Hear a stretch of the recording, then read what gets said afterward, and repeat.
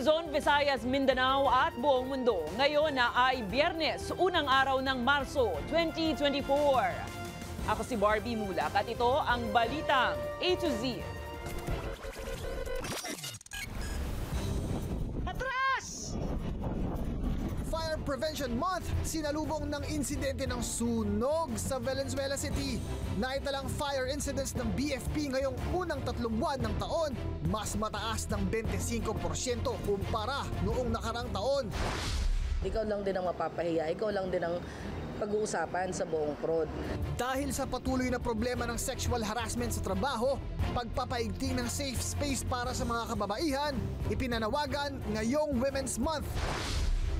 At Pilipinas, may bagong world record na naman matapos makapaghain ng pinakamaraming pork dishes hatid ng Local Hog Farmers Federation. Magandang gabi, pambungad sa ating newscast ngayong Fire Prevention Month.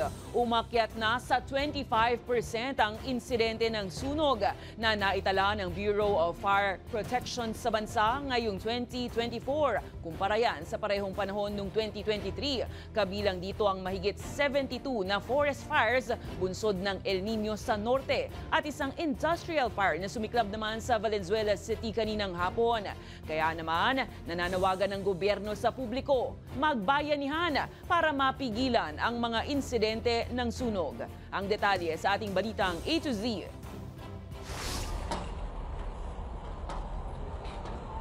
Panibagong insidente ng sunog ang sumiklab sa Valenzuela City sa unang araw ng Fire Prevention Month. Ayon sa lokal na pamahalaan ng Valenzuela, umabot sa ikatlong alarma ang industrial fire na tumama sa storage facility ng UBT Trading sa Barangay Paso de Blas. Kasunod lang ito ng malaki ring sunog na tumama naman sa warehouse ng firearms at ammunition manufacturer na Armscor sa Marikina City kahapon. Atras! Ang dalawang sunog na ito, dagdag sa mahigit 3,000 fire incidents na naitala ngayong 2024. Kung ikukumpara sa parehong panahon noong 2023, 25% ng mas mataas ang bilang na ito. Nag-increase din po tayo pagdating po sa casualties natin from this year to last year. Mga elders at saka mga bata ang madalas nating nagiging biktima. Ayon sa Bureau of Fire Protection, karamihan sa mga sunog, mga kabahayan ang natutupok. Pangunahing dahilan ay mga sigarilyo, apoy mula sa pagluluto at electrical ignitions mula sa hindi kalidad na appliance tulad ng heater at e-vehicles. May kunting problema sa e-bikes pag yung hindi quality na e-bikes kasi naka-charge siya.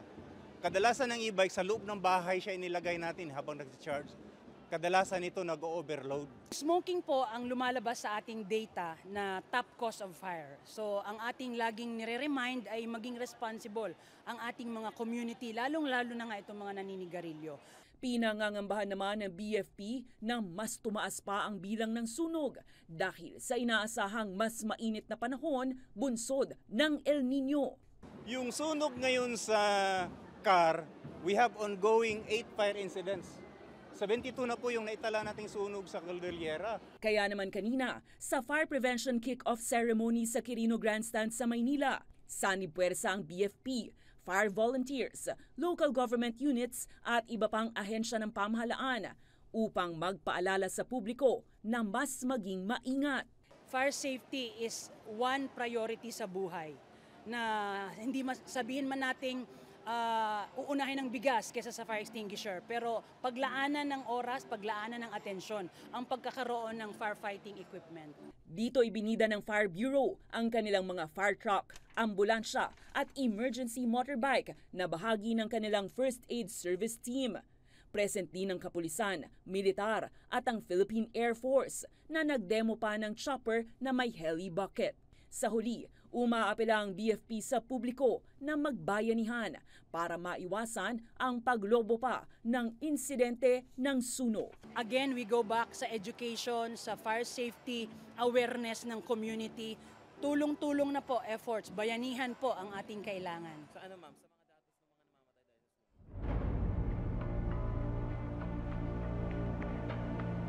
Sa mga datos ng mga namamatay dahil Malayo na ang narating ng Pilipinas sa laban nitong matuldukan ng sexual harassment sa hanay ng mga kababaihang manggagawa. Salamat sa kinabibilangan nitong treaty na International Labour Organization o ILO Convention 190. Pero naniniwala pa rin ang sektor na marami pa ang dapat ipaglaban.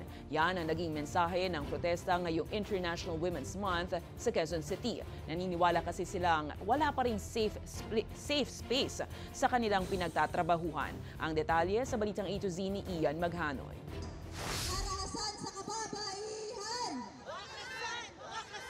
Sa ganitong paraan, idinaan ng ilang progresibong grupo ng mga kababaihan ang panawagan nito sa gobyernong paigtingin ang implementasyon ng International Labour Organization o ILO Convention 190. Ito ay ang treaty ng Pilipinas kasama ang 37 bansa na layong tuldukan ang karahasan at pananamantalang pinagdadaanan ng mga kababaihang empleyado. Maraming batas, maraming patakaran. Ang kulang na kulang ay implementasyon. At ang sabi nila kaya hindi na-implement ng maayos dahil kulang ang pondo o yung tinatawag na mga unfunded mandates. Para sa dating call center agent na si Arnie, mahalagang makilahok sa panawagang ito kasabay ng pagsisimula ng pagdiriwang ng International Women's Month.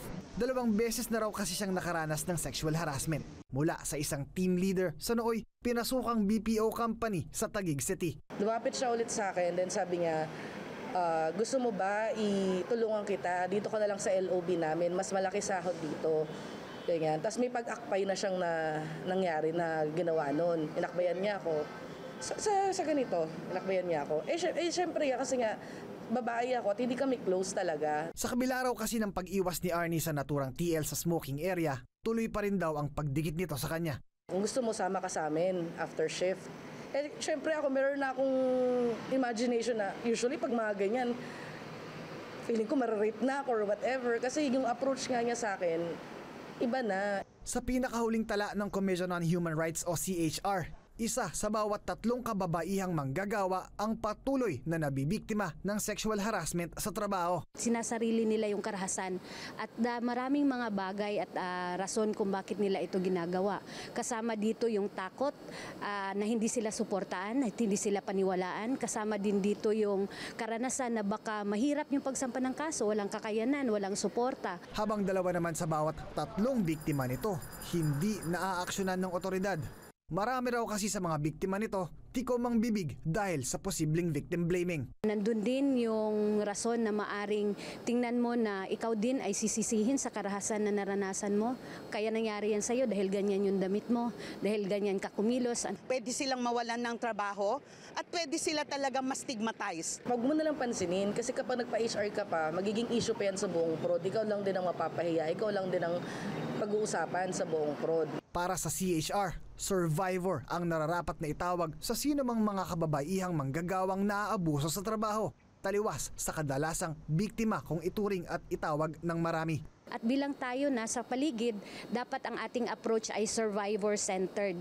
Anong ibig sabihin nun? Paniniwalaan natin yung nagkikwento sa atin na sila ay nakaranas ng karahasan. Noong nakaraang buwan lang ay isinumite na ng Senado ang ratifikasyon nito sa naturang treaty na layong maipagpatuloy ang implementasyon ng ILOC 190 sa Pilipinas. Malayo na ang paglaban ng bansa para sa pantay na karapatan ng kababaihan. Pero mahaba pa ang daan patungo sa kapantayan. Dahil hanggat may mga babaeng inaabuso at pinapatahimik ng lipunan, ang sektor ng kababaihan patuloy na lalaban.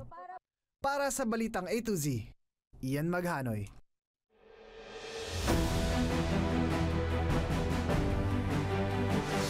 Balik bansa na si Pangulong Ferdinand Bongbong Marcos Jr. matapos ang kanyang 2 araw na official visit sa Canberra, Australia. Nakipagpulong si Marcos kasama ang ilang parliamentary leaders, kabilang na ang Senate President, House Speaker at maging opposition leaders. Sa kanyang arrival statement, sinabi ng Pangulo na isang mahalagang hakbang ang kanyang pagbisita para sa iba't ibang oportunidad at partnership ng Pilipinas at Australia. Mas umigting naman ang bilateral relations ng 2 bansa mula sa comprehensive tungo sa isang Strategic Partnership. Magmula yan nang bumisita si Australian Prime Minister Anthony Albanese sa Pilipinas sa Setyembre noong nakaraang taon. Nilagdaan naman ang tatlong kasunduan ng dalawang bansa, partikular na ang maritime cooperation, cyber at critical technology, at maging ang implementasyon ng competition laws na may malaking papel sa kapayapaan at kaunlaran. Lilipad muli si Marcos sa Australia sa Lunes para sa ASEAN-Australia Special Summit na gaganapin sa Melbourne.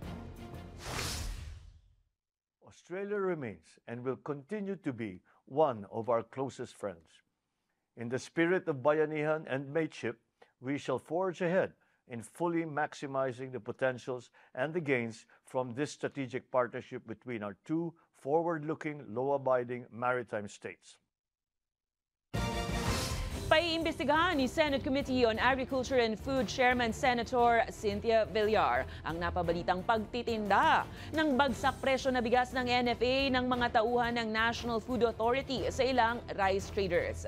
Ayon kay Villar, hindi ito katanggap-tanggap kaya't dapat mapanagot kung sino-sino ang nasa likod ng illegal na gawaing ito.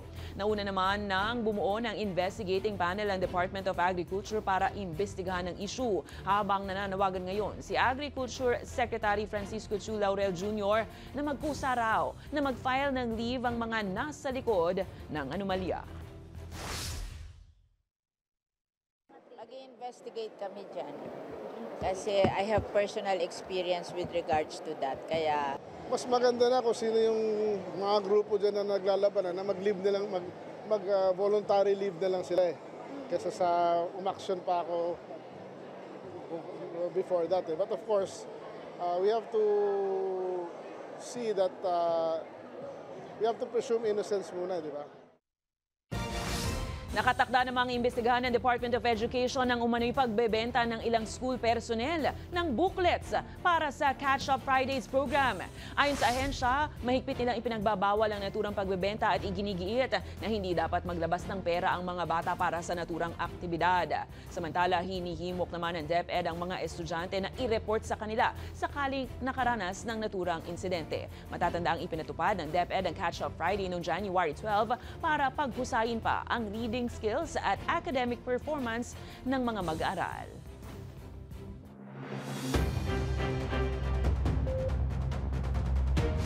Pasintabi po mga ka-A to Z, lalo na sa mga ngayon pa lang naghahapunan. Matapos ang surot serye sa Ninoy Aquino International Airport, viral naman ngayon sa social media ang gumagapang na daga sa mga ilawan ng NAIA Terminal 3. Batay sa uploader ng video na si Curb, papunta raw sana silang magkakaibigan sa Singapore. Nang makita niya ang daga, kaya niya agad itong kinuhanan. Dismayado naman ang mga netizens at tinawag pag kadiri at wala daw umanong proper sanitation ang paliparan.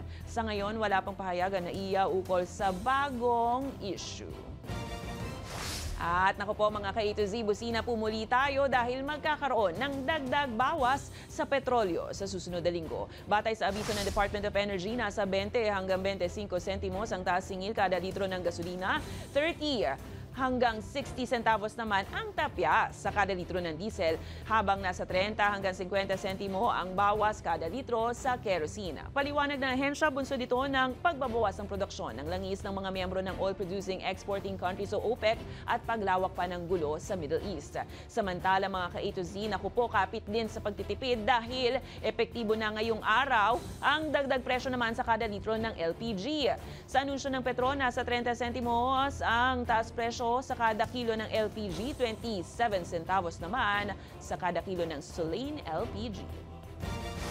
Magsasagawa ng drilling operations ang lalawigan ng Oriental Mindoro para makahanap ng mapagkukunan ng tubig at matulungan ang mga magsasakang naapektuhan na ng El Nino. Ayon kay Oriental Mindoro Governor Humerdito Dolor, target din nito na makaabot pa ang supply ng tubig sa ibang bayan ng probinsya. Hindi naman idinetalye pa ng gobernador kung kailan sisimulan ang paghuhukay. Batay sa tala ng Provincial Agriculture Office, nasa humigit 160 hektarya na ng palayan, sibuyas at iba pang high-value crops ang apektado ng El Nino, habang humigit sa 600 mga magsasaka ang matinding naapektuhan, partikular na sa mga bayan ng Bulalakaw at Mansalay. Samantala, sisimulan naman sa 7 ng Marso ang pamamahagi ng 5,000 pisong Rise of Farmers Assistance sa higit 9,000 mga magsasaka sa Bulalakaw. Para mas masustain pa natin ang sources of water na ito, bibili ang pamahalaang panlalawigan ng sarili nating drilling machines para siguraduhin na kung lumawak man ito sa ibang pangbayan ng lalawigan, may sarili ng kagamitan ang pamahalaang panlalawigan sa pagdidrill ng tubig. 313 pork dishes. Ganyan karaming putahe ng pork ang kinailangan para masungkit ng local hog industry sa Pilipinas ang bagong world record sa Guinness. Welcome news naman ito sa DA na nakikitang makapagpapaangat muli sa agriculture sector na hinagupit ng ASF. May balitang A to Z si Ace Cruz. We have a new Guinness World Record.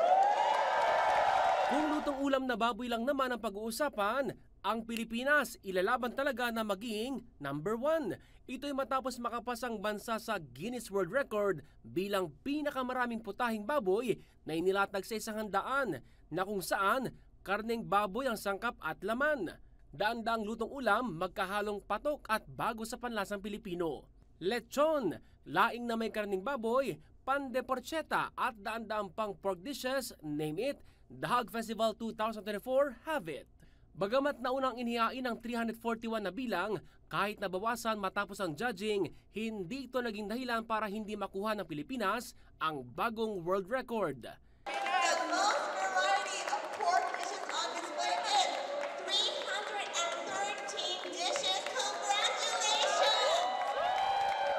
Pinangunahan ng iba't ibang culinary school at kilalang restaurants ang karamihan sa mga putahe. Make it unique para hindi magdoble-doble sa count. And of course, make it delicious. When we do our dishes, we do it with love, with passion. So, hindi kami yung parang nagmamadali magluto, gano'n. So, and also, we cook our food with raw ingredients that is special. Ayon sa Department of Agriculture, malaking bagay ang pagkakasungkit ng world record na ito. Hindi lamang sa grupo pati na sa local hog industry sa kabila ng banta ng African Swine Fever o ASF. More awareness and paano natin i-address yung African Swine Fever, especially with biosecurity. Nandyan pa yung disease, it's being controlled actually. Mabilis na mag-react ang mga taga-DA at mga LGUs on that. So more or less nako-control na eh. Kaya tapilan ng DA, walang dapat ikatakot sa pagkonsumo ng karneng baboy. Safe pa rin kasi may mga areas naman na may mga areas naman na hindi talaga pwede at may mga areas din na pwede. Kung saan pwede, yun ang tutulungan natin para maka-rebound naman sila. Kasabay na hakbang ng ahensya sa pagkontrol ng ASF ay ang inaasahan nilang pagdating ng bakuna kontra sakit. There are already vaccines that are on the way na ma-accredit sa Pilipinas and hopefully within this year kung ma-accredit yan ng FDA with the assistance of DA, then hopefully we can slowly eradicate ASF na hopefully by next year.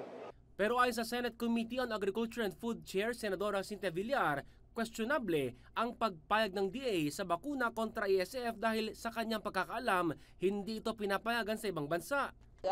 I-investigate uli kami bakit ina-approve yan ng FDA, hindi naman yan accepted internationally. Gayunman, tuloy pa rin ang malapyas ng handaan dahil para sa Pilipinas, happy at healthy lang tayo sa mga kainan. Para sa balitang A to Z, Ace Cruz. Susunod, bilyong-bilyong pisong halaga ng puslit na e-cigarettes nasa bat. At bilang ng mga taong maikukonsiderang obese, lagpas 1 bilyon na.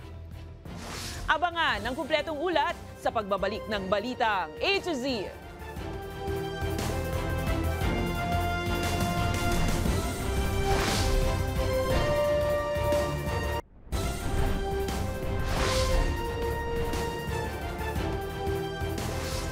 Sinalakay ng mga tauhan ng Bureau of Customs itong Huwebes ang 3 warehouse na naglalaman umano ng smuggled e-cigarettes. Sa bisa ng letter of authority mula sa Customs Commissioner, magkakasabay na ni-raid ang mga bodega sa Quezon City, Malabon at Parañaque na nag-iimbak umano ng mga hindi rehistradong vape products. Aabot sa halagang 4 billion pesos ang kabuuang mga produkto na galing pa umano sa bansang China. Nagbabala rin ng BOC sa posibleng masamang epekto sa kalusugan ng paggamit ng mga ito. Inihahanda naman ng Customs ang reklamong paglabag sa anti-smuggling law laban sa mga may-ari ng 3 warehouse.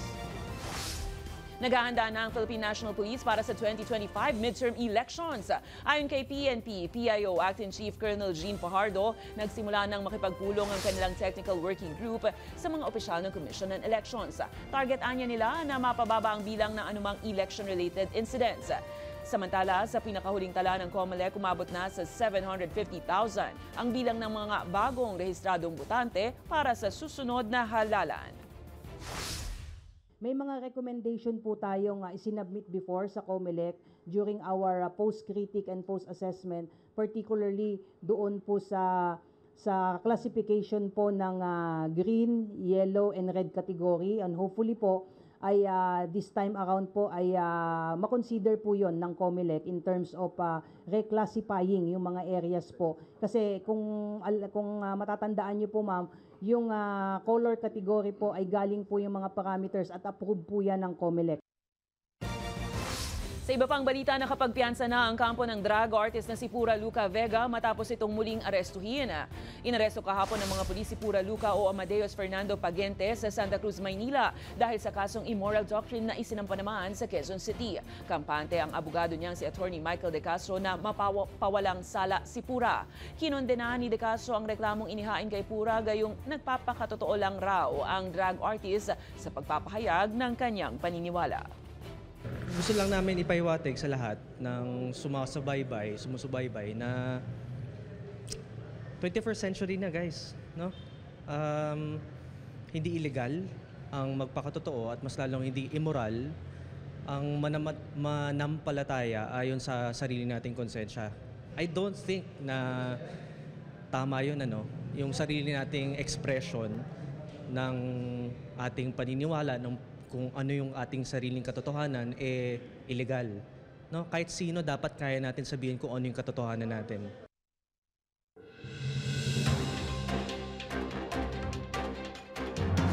Pumalo na sa 14.79 trillion pesos ang utang ng Pilipinas nitong katapusan ng Enero ngayong taon.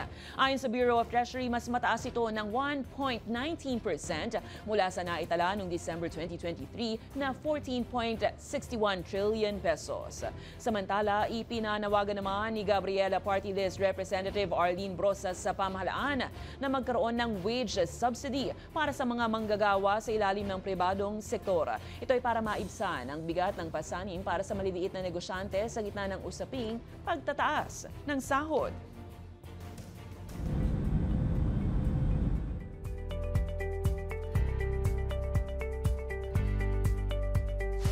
Mga ka-A to Z, hinay-hinay po tayo sa pagkain ha. Ayon kasi sa World Health Organization, sumampa na sa mahigit 1 bilyong katao sa buong mundo ang naitalang obese o sobra-sobra ang timbang. Sa pinakahuling taya, 1 mula sa 8 individual ang obese. Noong 2022, 1 naman sa bawat 2 individual na may edad 18 taong gulang pataas ang overweight, habang umaabot na sa 37 million ng mga bata na edad 5 pababa ang sobra na rin sa normal ang timbang. Kaya naman, pinag-iingat ng WHO ang lahat, lalo't posibleng magkaroon ng type 2 diabetes at sakit sa puso kapag sobra-sobra ang timbang. Tamang-tama, weekend po bukas, mag-ehersisyo tayo mga ka-A to Z para sa ating healthy lifestyle.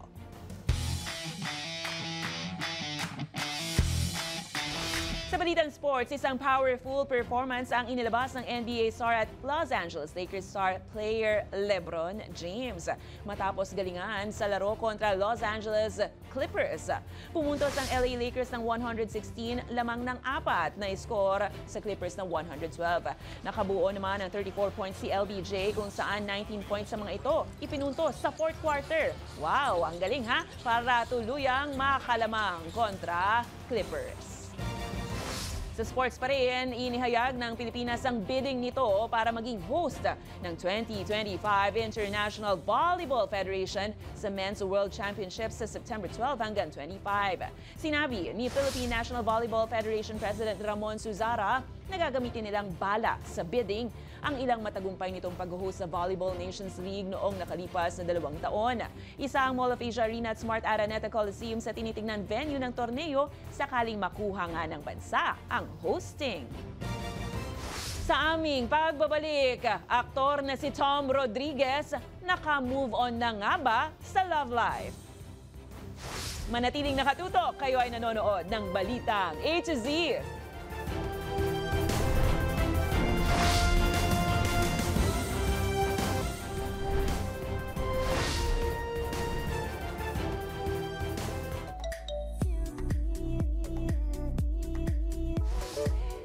Sa balitang showbiz, tila relate ang kapamilya host na si Kim Chiu sa segment ng It's a Showtime na Especially for You. Sa episode kasi kanina, binalikan ng mga mag-ex na sina Trisha at Lester ang dahilan kung bakit sila nag-part ways. Sumang-ayon ang aktres sa sinabi ni Vice patungkol sa umano'y silent quitting o dahan-dahang paghiwalay na palagi umanong sinasabi ng mga lalaki na hindi nila kayang makipag-break.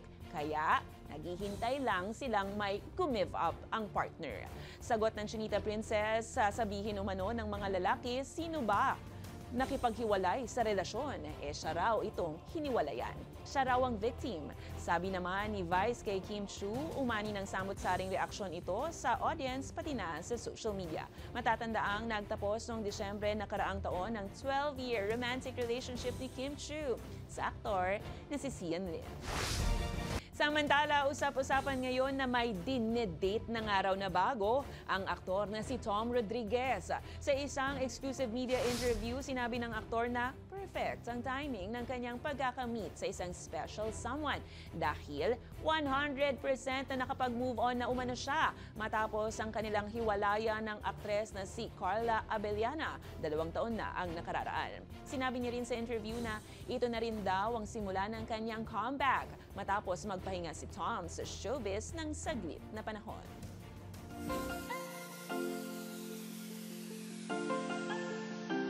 Uy, anong petsa na? March 1 na nga. May travel plans na ba kayo? Nauna na ang ating ka-A to Z na kinatutuwaan ngayon ng netizens. Kasi naman, from zipline, tila nag-gymnastics bigla. Bakit? Panoorin.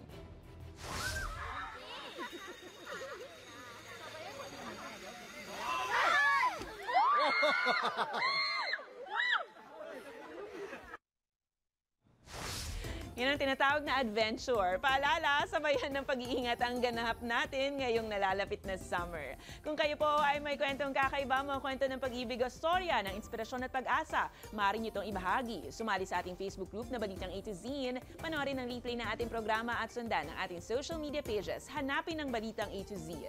Ang ating pabaong quote of the night ay mula sa poet na si Robert Herrick. Sabi niya, ang ningas na pinabayaan ay nakagagawa ng malakas na pagliyab. At yan ang mga balita at impormasyon, mga kwentong may dalang inspirasyon na tinutukan ng Balitang A to Z. Ako si Barbie Mulak. Maging maalam, makialam. Magandang gabi sa iyo, Pilipinas, at happy weekend!